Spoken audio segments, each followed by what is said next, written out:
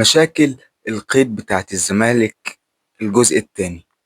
بسم الله والصلاة والسلام على رسول الله. قبل ما نبدأ الفيديو، لما تصليش على النبي صلى على النبي واحد الله.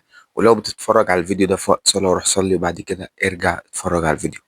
آخر حاجة لو تفتكروا كنا واقفين عليها في المديونيات اللي هي 6 مليون دولار.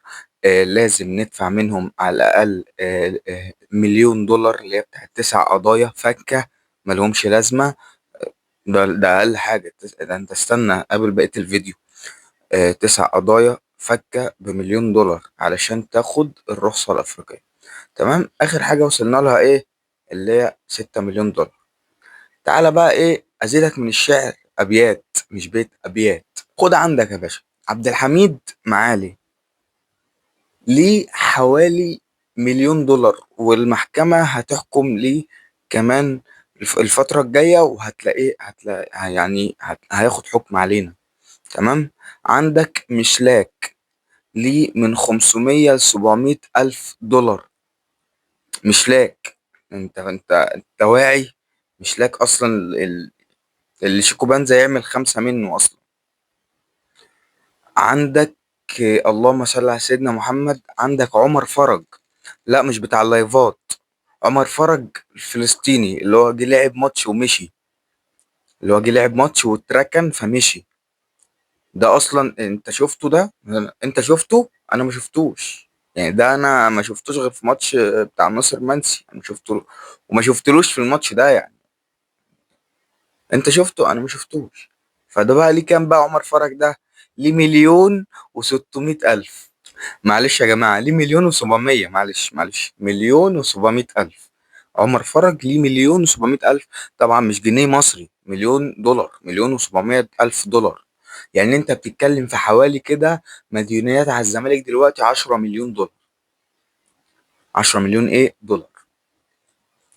هنفترض يا عم ان انت فكيت ال9 قضايا الفكة بتوع المليون دولار، وخدت الرخصة الأفريقية، يعني اللي هي ال9 قضايا اللي هي لحد 31 مارس. تمام. وإيه، وخدت الرخصة الأفريقية. هتروح تلعب بأنهي وش؟ بمين مدرب؟ بمين لعيبة؟ اللعيبة اللي هي لسه أصلا ما خدتش، اللعيبة اللي عندنا لسه ما خدتش غير 50% من مستحقاتها. تبقى بجح لو ما سويت لهمش ورحت جبت لعيبة جديدة كمان. يعني أنت هتروح تجيب لعيبة جديدة ولسه ما سويتش للعيبة القديمة، تبقى ده أنت بجح بقى. هتروح تلعبهم بمين؟ وكابتن معتمد يبقى كتر خيره لو وافق ان هو يعني ان هو يكمل معانا اصلا. ده لو وافق يعني هو كتر خيره اصلا ان هو وافق ان هو يكمل معانا الموسم اللي الضرب اللي فات ده. انا مش فاهم اداره الزمالك. ثواني قبل ما اتكلم عن اداره الزمالك. انتوا عارفين القضيه بتاعت صلاح مصدق بسبب كام؟ 33 دولار. القضيه بتاعت صلاح مصدق بسبب 33 دولار. هتقول لي انت بتهزر يا ابني انت. اقول لك والله ما بهزر. الزمالك كان المفروض يدفع مبلغ معين، فلما قعد وسوى قسم المبلغ ده لاربع اجزاء. تمام. دفع جزء منهم ناقص 33 دولار اللي هم كانوا فكه جنب الجزء. بسببها قامت الأمة دي كلها علشان صلاح مصدق. الزمالك بيقول إن صلاح مصدق غلطان، وصلاح مصدق بيقول إن الزمالك ما بعتليش فلوسي كاملة، ودوريني ولففيني نلف ورا بعض إحنا الاتنين. أقسم بالله عبس عبس. تعالى بقى يا إدارة الزمالك جرفتات بدل من غير بني آدمين أصلا.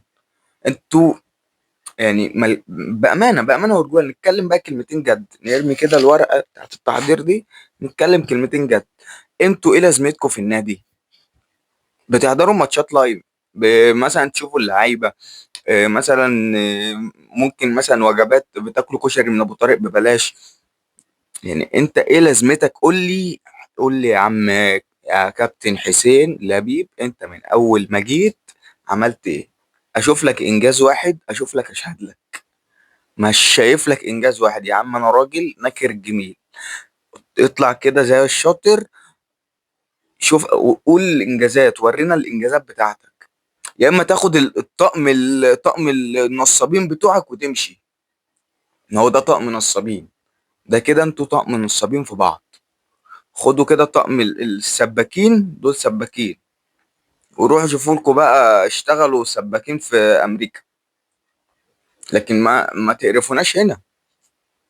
هو مرتضى منصور اللي كنا بنسبه ونلعن فيه برقبتك يا عم.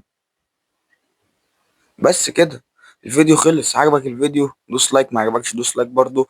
ولو ما عجبكش اعرف ان الشيطان هو اللي عامل فيك كده. قول اعوذ بالله من الشيطان الرجيم ودوس لايك واشترك في القناة وصلي على النبي ووحد الله. ولو وصلت لحد هنا فانت راجل محترم، راجل، انت شبشبك جدع راجل، انا بحبك. بس كده احمد ربنا طبعا على كل النعم اللي اداها لك. ممكن نعمة انت مش حاسسها دلوقتي، بس هي تبان لك بعدين. نعمة ان انت ماشي حر دي نعمة لوحدها. نعمة ان انت شايف، باصص في التليفون شايفني، دي نعمتين. ان انت باصص في التليفون وعندك نظر، وان انت بتتفرج عليا دي نعمة تانية. فتحمد ربنا على كل ده. وسلام.